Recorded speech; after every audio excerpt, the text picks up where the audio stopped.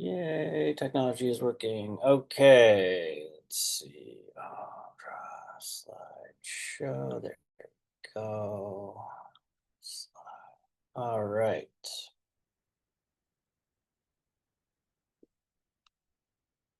So a couple of announcements today. One, this is sort of a late notice that came across my desk this morning, but 2 days from now, on Thursday, November 20th, between 2 and 3:30, the Shoreline Management Working Group is going to meet, and there's a link to um, the meeting. I can put this in the chat once I get a moment, but I just want to make everybody aware of this, and I'm sorry for the late notice. This is from IDNR and Coastal, and again, it's their Shoreline Sand Management Working Group for the Illinois shoreline.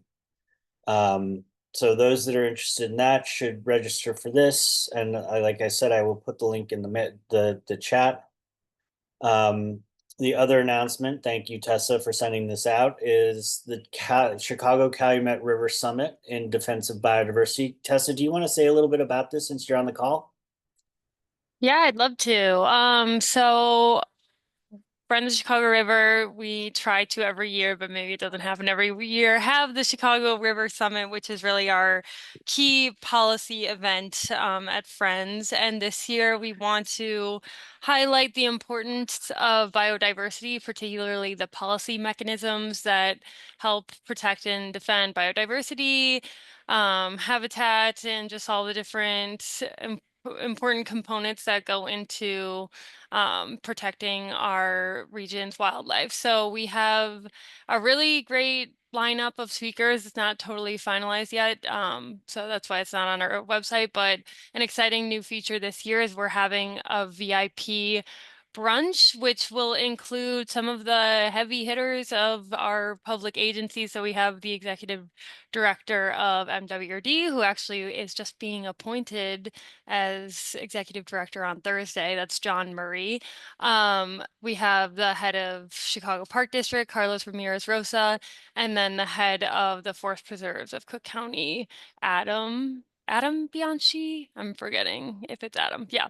And we also, that will be moderated by Juan Pablo Ramirez from WBEZ. So it'll be a little breakfast panel where they'll all talk about the public agencies' roles in protecting biodiversity and how to make sure the benefits of biodiversity are equitably distributed across the region. So that's just an exciting part of it that I'll feature, but then we also have a great suite of lineup speakers throughout the day, like people from all over the country, even a speaker from Mexico talking about transnational habitat connectivity and just a bunch of different interesting topics. So hope people can come. I will put the link to where you can learn more and get tickets in the chat. Thanks for highlighting it. Yeah. Okay, then the other announcement I have today is that the MWRD is accepting their applications for flood for stormwater partnerships. And if you're interested in one of those, again, I will put the link in the chat when I'm not sharing my screen so you don't see me go back and forth between my screen and my email. Next, we were thinking we have in this forum mentioned this tool before, the Lake Michigan Funding Resiliency Dashboard, but I'm going to do a little bit of a deeper dive into it today. This dashboard is kind of exciting. It's through an interesting partnership that is starting to form across the lake between some folks in Wisconsin, some folks in Grand Rapids, and now some folks in Chicago, including the Chicago Greater Watershed Initiative. Thank you, Tessa, and Chicago Wilderness Alliance. So this tool was released, I think, in the fall, early fall, late summer, and it's really sort of a go-to resource for project identification, partner identification, funding opportunities, and then some other resources that are kind of neat that I'll take you through. in this deep dive today. But there's 7 steps, and one of the important things is you don't necessarily need to start with step one. You can really start at any step along the platform, and you can work it out from there because it's meant to be iterative, not sequential. So the step one is the identify project needs and goals, and so they have 4 sort of areas of opportunities here: public works staff, finance, engineering, and internal staff and consultants, and then city attorneys and or outside counsels.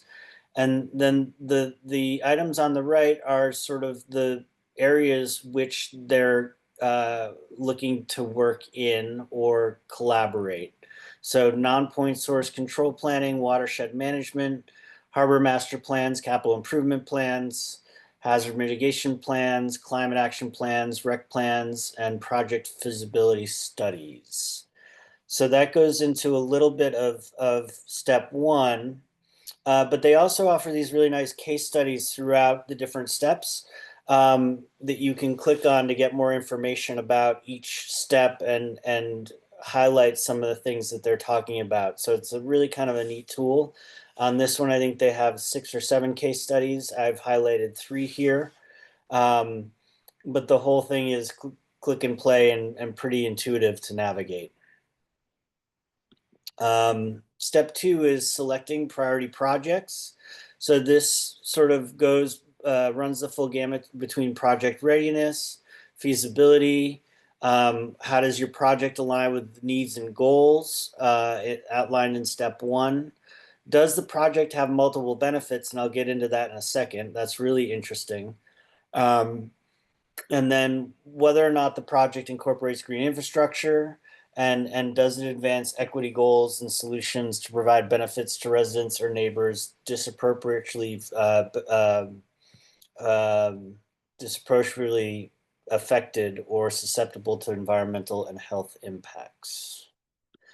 I'm going to stop before step 3 because we're going to get a little technical here. Any questions so far about this tool? Nope. Okay. So step 3 is a really interesting step that leads you through a couple calculators and tools to value multiple benefits. Again, with the case studies here, they have, I think, 5 or 6 on this page. But the really interesting thing is, sorry, I went too far. They have this neat little benefits calculator that shows, like, for a cost of, say, I don't know what that is, but it's probably 350 million dollars. You can stack benefits of almost $4 million dollars per project cost, and they run through a whole series of checklists. I did this for a past project of mine, which was a 26-acre park. And for this project, I sort of ran through all the stormwater benefits that we included, and this is what came out on the other end. So um, I think that's a pretty interesting sort of comparison. And then the GSI benefits pie chart on the right shows you avoided infrastructure costs and other avoided costs, energy savings, water supply, water quality impacts, green job impacts, carbon reduction, property value impacts, and things like that. The last thing that they give you on this part of the tool is, oh, I went too far, sorry, is this sort of nice little summary at the bottom that goes over energy savings, air quality, pollutant reductions, carbon and water supply opportunities, heat island reductions, and recreational activities. So what you can see is we didn't get a lot of carbon um, or like avoided fatalities from heat island reductions, but we did get a lot of residential recreational activity out of the project, as well as some pretty good air quality pollution reduction benefits. Um, I thought this was kind of a neat calculator and something that we really could use as an industry more to justify our projects on the back end. So, play around with this if you have the time. Um, The next step is step 4 to select priority funding opportunities. And again, they give you a bunch of click downs that if you open them, they lead to other bits of information. Um, but I gave you the sample of the menus here. So the affordability and planning grants, aquatic invasive species grants, bipartisan infrastructure and coastal management habitats, clean water fund programs, and then there are more and more and more.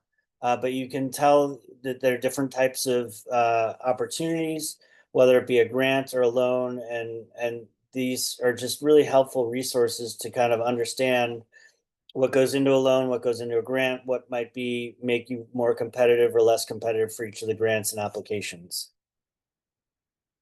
Step 5 is forming effective partnerships. So what are effective partnerships? How do they boost municipal capacity? If they do they fill funding gaps?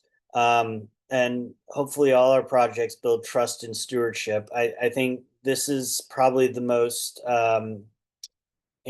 inherent slide to me, and the one that I needed to play with the least because I think we all know how to do this, but they have a really nice section in there as well. Step 6 is connecting with technical assistance providers. So they give you again a list of like some of the tic tacs in the area, if we're still using that word. But Blacks and Green is listed, a couple of offices in Michigan, as well as Delta. And then when I click on the Great Lakes Environmental Infrastructure Center, they have relevant funding options, types of assistance offered, how to access assistance, and then contact information for each. And that rings true for all of these menu items, which I thought was really kind of special and nice, one-stop shopping. Oh boy, sorry. And then step 7 is to develop your financing pathway. Again, they have a bunch of case studies on funding resilience in different regional areas from Wisconsin to Michigan, different sectors like small and mid-sized cities, uh, how to finance green roofs and distributed water solutions, things like that. So again, that's basically what I have for you today. Any questions on this? This has come out of that partnership that looks across the lake, and I think it's kind of a really neat tool to help socialize and think about what resources are available and what are some of the considerations that you really should take when undergoing a new project.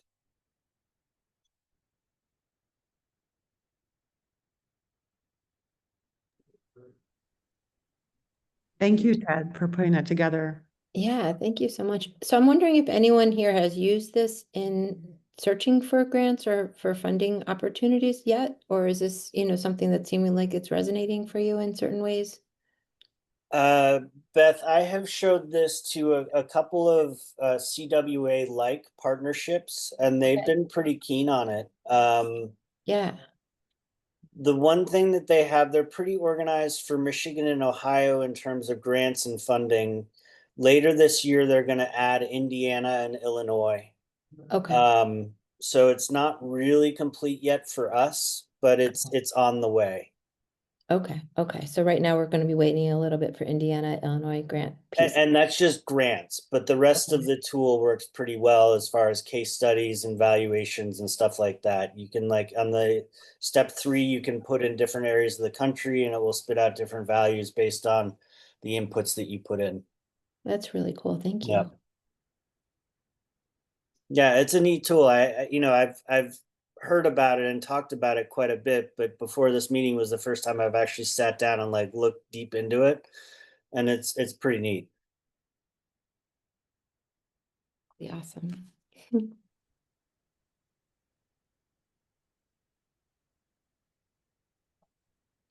Phil, is there anything else you wanted to talk about, or Beth, you too? I'm not sure when our next meeting is, and we're coming up, since we're doing quarterly meetings, we'll probably meet what, in January or February, Laura? Do we have a next meeting set? Put it. You're muted.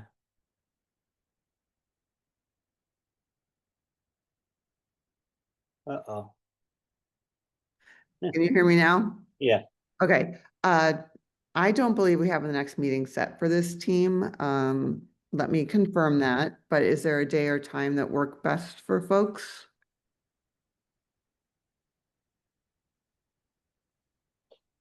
January is pretty open for me, and that would match our quarterly cycle. I don't know if you guys want to punt till February, but we could do January. I think January makes sense. Agreed. And do you want to do the third Tuesday again, which would put us on the 20th? I would prefer if we didn't, seeing as the city has their GSI maintenance working group meeting that day, and there's also a Watershed Alliance meeting. Okay, then let's not. That's a good call. Thank you. I would really Excellent. like to stay engaged with this group and actually come to meetings, and Tuesdays are just bad for me in general. Good to know. Do we want to make it a different day then, Phil and Beth? Yeah, we could totally do that. I don't know if there's a broader schedule of the other, CWA meetings too. I know we've had conflicts we've tried to avoid there. So, but I mean, truly any day of the week is fine. And I think this afternoon is a good time. So, I mean, maybe we could do the 27th or 28th. Oh, you said no Tuesday, the 28th of January, maybe a Wednesday. That's actually an executive council meeting, so the There we afternoon go. would be Okay, that. yeah. I think that'd be best for all of us. Oh, those that spoke up, Tessa and Katie, is there a better day of the week for you typically?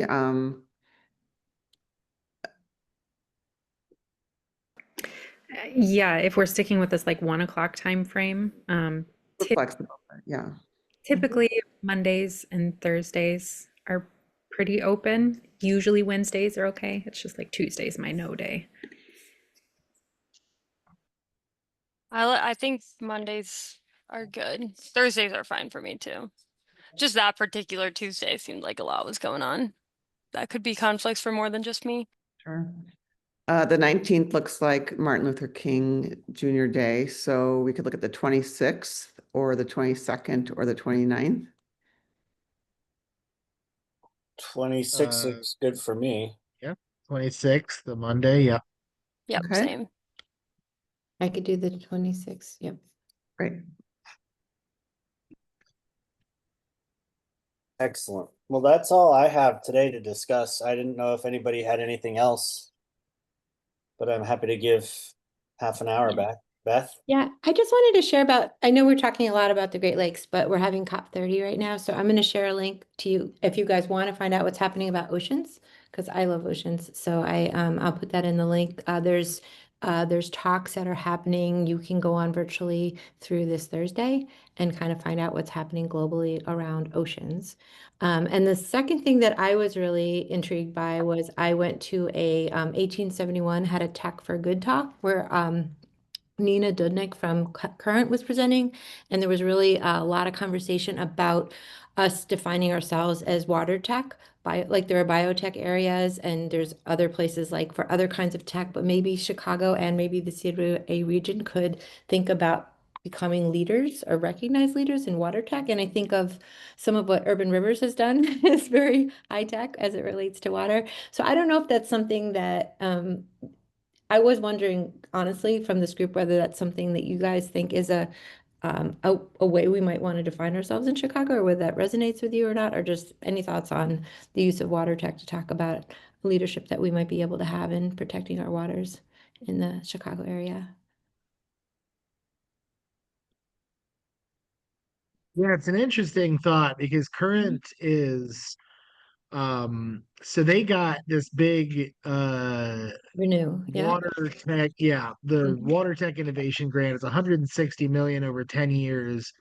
They've had to sue just to get the first 16 million of it, but basically they're really leaning it comes out of the CHIPS Act, weirdly enough, where it's like the intention is supposed to be able to recover some, you know, valuable material from industrial or municipal wastewater and processes like that. So very it's just one of those things where when I think of the CWA, I'm not really thinking about water tech. But that being said, I think so much of the stuff that we work with could benefit from, obviously the fruits of that labor. So yeah, it's an interesting thought. I'm from our position, as Urban Rivers, we've always been kind of focusing more on the ecological side of things and just saying, yes, it also the power of plants and remediation. This stuff is happening, but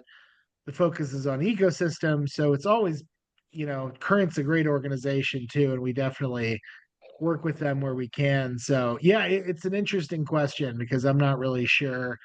I think I kind of err more towards the side of focusing on ecosystem health because it's easier to convince someone with a lot of resources about water tech than it is to convince them about why a wetland should stay a wetland. So yeah, it's an interesting thought that I support what they do, and it's really exciting. And I think water tech is a part of protecting ecosystems in the first place too. So that's just Yeah, and just yeah. to, before we take, Ted's got a hand up in a second, but I was also thinking about some of the work you shared, Phil, about you taught people down in Missouri, for example, how to set up these like systems along the riparian regions. And so that for me is like tech. Like, cause so really moving like the frame of tech to be like not just computers, but like what about the chemistry behind this and how do we like repair, regenerate ecosystems and becoming leaders in ecosystem regeneration along, fitting under that water tech thing. But yeah, Ted, you had your hand up. Yeah, I was just wondering if you knew about the status of the lawsuit for the grant funding and whether or not they're going to actually see any of this. My impression was that they successfully that the 16 million was the first year of it was already supposed to be coming to them, and so they basically just had to poke it out of the pipe. And my impression is that they got the first bit of that. The rest of it, I think, is just totally up in the air. I think they're in the same position a lot of these grant funders are, where it's like in some cases things have literally been awarded and they're still having to. So as far as I know, they at least have the first bit of it, but the rest of it is completely unclear. But I Yeah. think they're operating as if it's going to resolve itself within a reasonable enough time frame. And one other thing I found out at the meeting was Edelman has donated an entire floor to 1871, and then 1871 reached out to Current. So Current now has office space they don't have to pay for an entire year. And also the smaller. So there's this move now because there isn't funding in some of these that are traditional sources that some of our businesses are stepping up. And so there was an encouragement to try to look for partners within business community and to see how they could step up to maybe fill in the need for that we might have as a nonprofit or working in more green space. Were they looking for others to get involved, Beth and Phil, or are they sort of set on what they're doing? Define get involved, like Edelman or No, with 1871? their grant and work in water tech. Are they taking like project partners and ideas, or I imagine they submitted the grant and they have a pretty good idea of what they're doing, right? I talked to the Yeah, operations person too, and it seems they're pretty well staffed right now. I don't know if I'll go ahead. Yeah. no, yeah, totally. They are they're the thing that they have to do with the money is set up a water innovation hub. I think they're pretty set on that being Chicago. Mhm. I think but basically they need to set up this facility where water tech startups can come and do their thing. That's basically like their central. There's a bunch of ancillary stuff going on. Like there's all these other universities that are, you know, putting resources into this kind of like general field. So Mhm. there's like always opportunity to work with them to do something, but they definitely have like a very specific and tangible thing that they have to set up and operate with this money. So yeah, totally a lot of opportunities to plug in, and they're super receptive to meeting and talking about stuff. They're going to be a big fixture around Chicago for quite some time. through this project. So, yeah, but they are definitely like they have a like Beth was Thanks, saying, they're Tessa. staffed up and ready to go.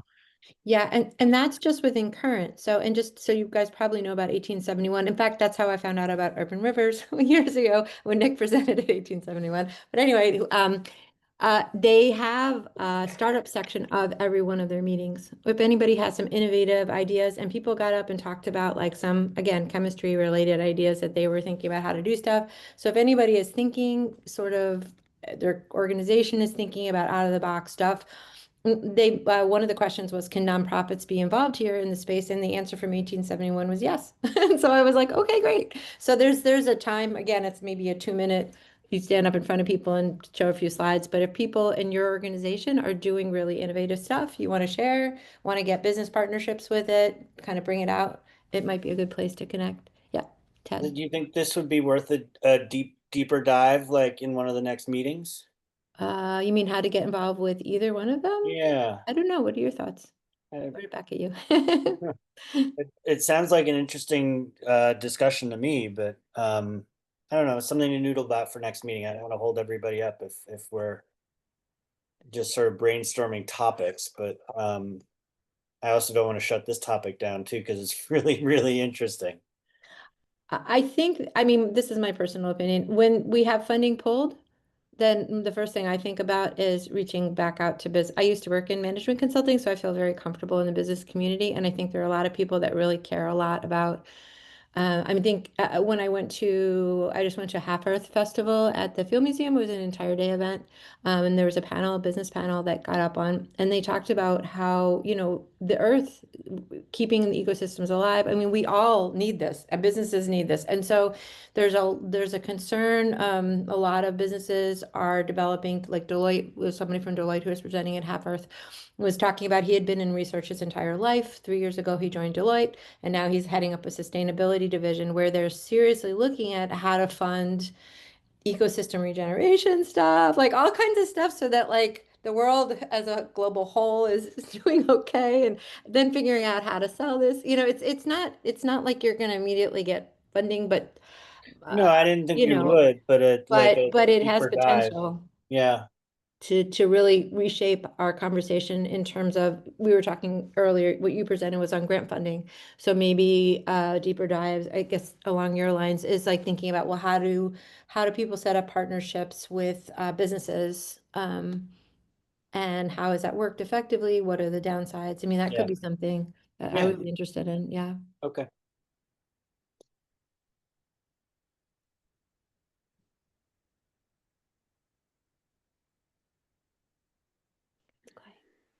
Hey, Ted, can I add, not related to that, because wow, amazing, but on a slightly related topic. First, thank you for sharing about the Lake Michigan Funding Resiliency Dashboard. I'm excited to look deeper into that. And I just wanted to flag, if you guys are working with like the group that put that together and they need somebody in Indiana, that I want to raise my hand for that, because we're currently working with NERPC, the Northern Indiana Regional Planning Commission, and the Indiana DNR Lake Michigan Coastal Program on a not quite as robust project, but similar kind of vibes, like Sure. trying to do some grant technical support for local municipalities and NGOs, community groups, that kind of thing. So helping them to develop proposals or review proposals. And we're kind of kicking that off currently. So, Awesome. So, Katie, what I'll do is I will introduce you to Shannon Vyers, who is sort of spearheading that dashboard, okay. and put the two of you in touch. I don't know that I can do that today, but I'll try to do that tomorrow and certainly by the end of the week. That is an acceptable timeline. Thank you.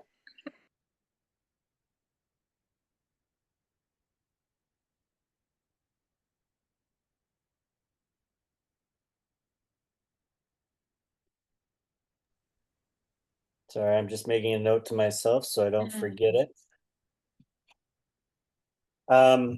Awesome. Any other announcements or items for the good of the greater all?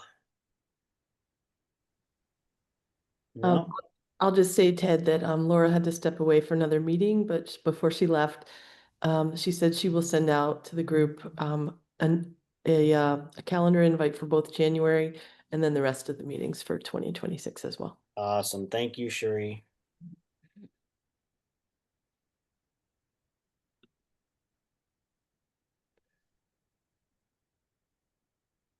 Excellent. Well, it looks like those meetings are January 26th, April 27th, July 27th, and October 26th. So, yay, we have meetings scheduled for next year.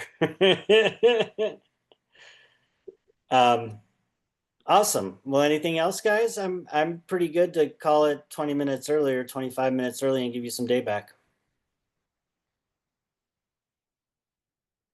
All right. Thank you, everybody. Short but sweet. Thank you. See you in January. See you next year. Bye. Take care. Thanks for letting me sit in all. Yep. Hope you got something from it. Yeah, definitely.